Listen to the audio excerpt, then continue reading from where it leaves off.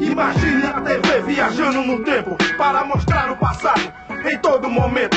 Imagine a vida, as pessoas e os sonhos de outros séculos. Antigos privilégios. 500 anos o Brasil Império na TV. Informação do passado para você aprender.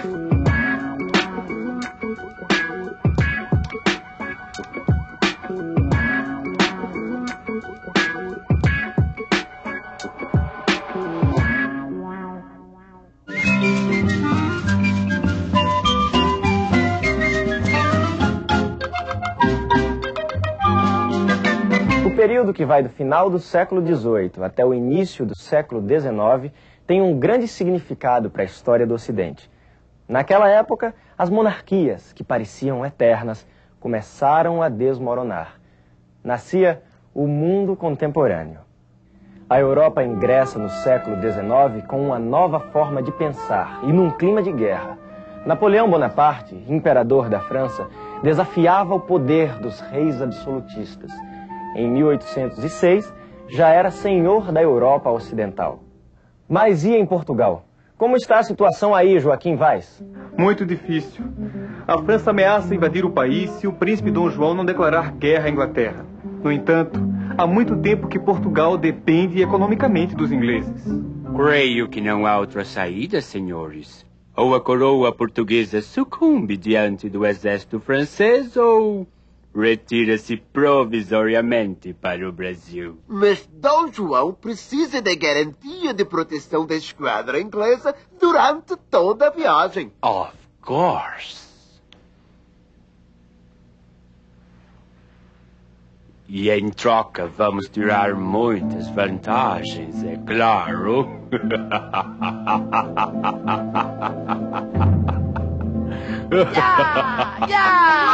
Emanuel, os franceses estão chegando! Podes vir, Napoleão! Podes vir que eu estou pronto para o combate! Deixa-te de tolices, miúdo! Por enquanto, o combate é para ver quem consegue embarcar para o Brasil. Dizem que tem mais de 10.000 pessoas no porto em busca de um lugar nos navios.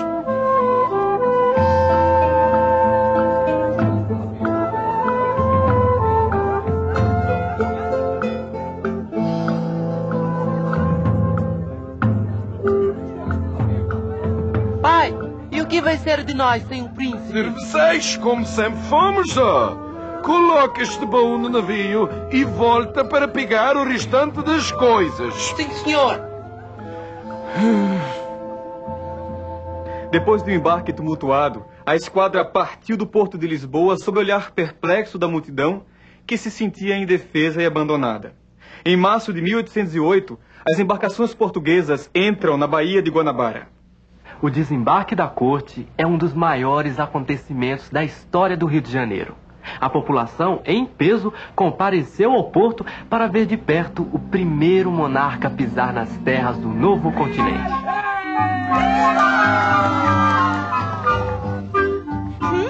Que horror! Antes Luanda, Moçambique ou Timor, a esta pedentina que é o Rio de Janeiro. Calma, mulher. Aos poucos vou realizar melhoramentos aqui. Logo esta cidade será digna da realeza. Meu Deus! Quem é aquele homem tão feio com aquela mulher horrorosa? Não digas isto do nosso príncipe. Aquele é o príncipe? É sim. E aquela é Dona Carlota Joaquina, a esposa do príncipe. E você conhece a família real? Eu sou português e faço parte da... Quer dizer, fazia parte da comitiva. Eu estava no porto com meu pai, embarcando os baús do nosso patrão, e adormeci no navio. Quando acordei, estava sozinho em alto mar, sem meu pai, sem meu amo, que não conseguiu embarcar. Pobre papai, deve ter ficado desesperado. Olha, se você quiser, pode ficar na minha casa por uns dias, até resolver o que fazer. O meu nome é Severino. Obrigado, amigo. O meu é Emanuel. Você mora longe daqui? Moro lá no Saco do Alferes, perto do mercado de escravos. Vamos, que é uma boa caminhada. O que significam essas letras? O povo diz que é prédio roubado. Na verdade, PR quer dizer príncipe regente. E por que essas casas estão marcadas? Porque foram requisitadas para alojar membros da corte. Mais de 2.000 que vão ser desocupadas e seus proprietários mandados para a rua.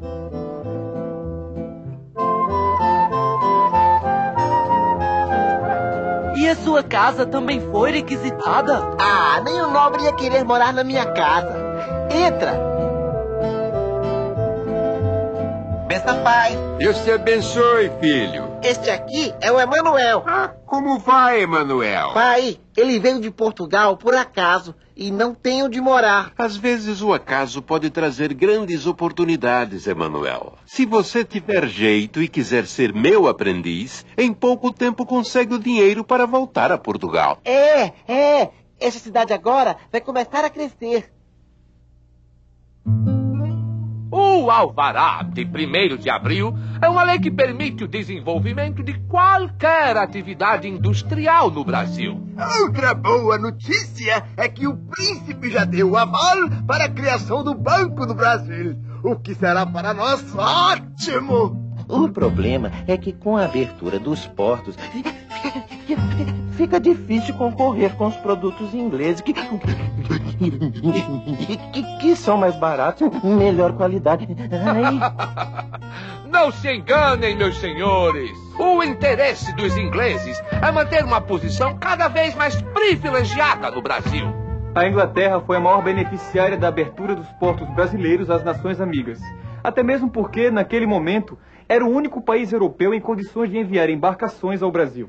Outras medidas adotadas por Dom João vieram beneficiar ainda mais a posição econômica dos ingleses. E por estarem justos e acordados, as coroas de Portugal e Inglaterra assinam os tratados de aliança e amizade e de comércio e navegação, através dos quais reafirmam os laços de cooperação e fraternidade que sempre existiram entre as duas nações. Fraternidade? Eles querem mesmo tomar conta de vez do comércio no Brasil. Como se não bastasse a quebra do nosso monopólio no comércio com o Brasil, Dom João nos impõe mais um duro golpe. É um absurdo! Os portugueses pagando mais caro que os ingleses para comercializar com sua própria colônia. Essas novas taxas do Tratado de Comércio e da Navegação praticamente acabam com a nossa margem de lucro. Portugal fica cada vez mais em situação inferior. Se Portugal sofre um crescente abatimento econômico e moral, no Brasil acontece exatamente o contrário. Além do crescimento do comércio, a presença da corte alterou o estilo de vida do país.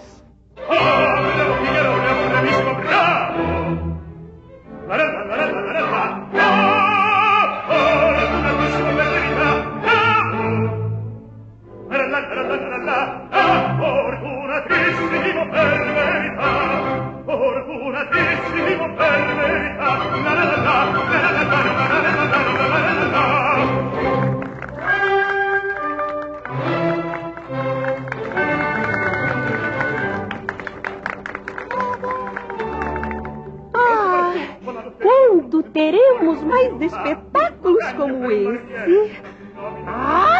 Nesta cidade não tem nada para se fazer. Calma, mulher. Amanhã mesmo vamos à recepção oferecida pelo Visconde de Vila Nova à princesa Carlota Joaquina e suas filhas. Maravilhoso! Adoro festas, sarau e espetáculos.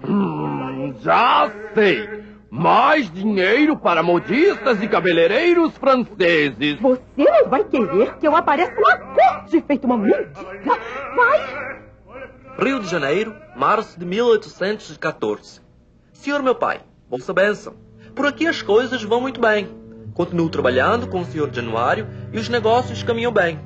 Após 7 anos da minha chegada, fico abismado com as mudanças ocorridas na cidade. As ruas foram ampliadas e calçadas e o comércio está repleto de lojas. Mas os velhos costumes permanecem. Os festejos de rua ainda são o maior divertimento popular. Emanuel, Emanuel, hora de fechar a loja. Hoje tem espetáculo no Teatro do Largo do Rosário. Então, princesa, estás gostando do baile? Não podem esses mosquitos horríveis! O que tens aí, negra? Bolinho de mandioca com frutas. Eu nunca vou me acostumar com o cardápio pobre deste povo.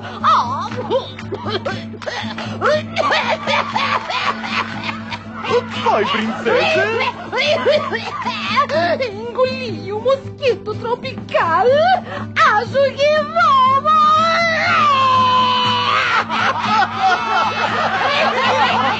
Falar da princesa em praça pública! Isso da cadeia! Se os homens da intendência aparecerem aqui...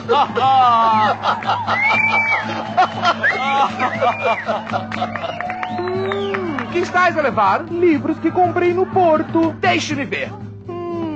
Nessa corte não se pode divulgar ideias contrárias à religião, à moral e aos bons costumes. Mas são livros de Rousseau, Voltaire. Pior ainda, essas ideias francesas de liberdade confundem o povo e perturbam a paz. Estás preso! Eu? E tens de pagar pena de 200.000 réis. Mas eu não fiz nada. Sai! Já vem os homens da igreja! Do Rio saem muitas novidades para as demais províncias. A presença estrangeira dá o clima cosmopolita à cidade, que mesmo assim conserva marcas profundas dos tempos da colônia. 100.000 réis. Quem dá mais é vendido para o senhor. A Baía de Guanabara é o maior terminal negreiro da América e os escravos representam mais de 35% da população do Rio. Ao contrário do que já ocorre em outros países, a corte portuguesa teima em considerar a escravidão como indispensável à prosperidade de suas colônias. Com a saída das tropas de Napoleão, a situação do Império era bem diversa nos dois lados do Atlântico. De um lado, Portugal, enfraquecido, sem rei, sem sua antiga posição. Do outro, o Brasil, sede da corte e com um vigoroso movimento de comércio. Conservar a unidade do Império nessa condição era uma tarefa bem mais difícil do que imaginava a elite brasileira. Nós, ingleses, preferimos que Vossa Alteza volte para a Europa. Majestade, é preferível ter um grande poder na América do que sujeitar-se totalmente à Inglaterra lá na Europa. Eu detesto tomar decisões importantes, mas está decretada a elevação do Brasil a Reino Unido de Portugal e Algarves. Severino, ouça essa notícia. Estourou uma revolta em Pernambuco e o governador da província fugiu para o Rio. E o que pretendem os revoltosos? Criar uma república junto com as outras províncias que aderiram ao movimento.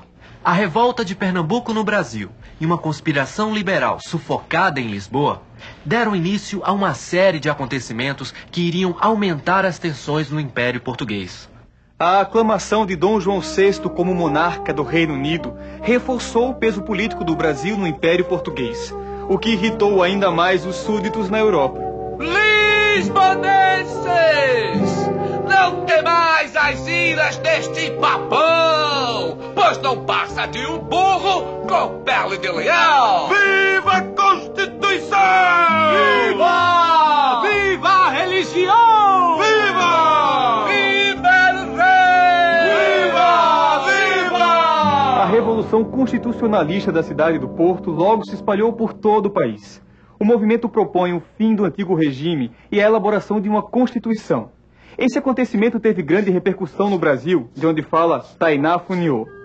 No Pará e na Bahia já surgiram as primeiras manifestações de apoio ao movimento do Porto. Com o juramento do clero e das autoridades, a Constituição estabelecida pelas Cortes de Lisboa. Vamos ver a situação no Rio de Janeiro. As tropas portuguesas da divisão auxiliadora exigem do soberano o juramento imediato das bases da futura Constituição portuguesa e a demissão de alguns membros do governo. Ao contrário do que imaginavam os brasileiros, o movimento do Porto não era tão liberal quanto parecia. Aceitava algumas mudanças, desde que se preservasse a monarquia, a religião católica e principalmente que se restabelecessem os antigos papéis. Portugal retomar seu poder de metrópole e o Brasil voltar à condição de colônia. Emanuel, Dom João anunciou sua partida para Portugal. Vai deixar seu filho Dom Pedro no Brasil como príncipe regente. E por que você não se candidata a deputado para representar o Brasil nas Cortes de Lisboa? Caros eleitores, votem em mim! Vou defender uma Constituição que garante os direitos e liberdades individuais, que limite os poderes do soberano e que dê voz à sociedade. Muito bem, senhor deputado. Agora vamos nos juntar ao povo que prepara uma despedida especial para a corte no sábado de Aleluia. A simulação do enforcamento de alguns membros do governo, como o intendente da polícia e o comandante das forças militares, às vésperas do embarque da corte para Portugal, representava, simbolicamente, o espírito dos brasileiros com relação à autoridade portuguesa. Veja no próximo episódio como a partida de Dom João VI criou condições para o confronto entre forças tradicionais e renovadoras que iriam marcar as primeiras décadas do século XIX no Brasil.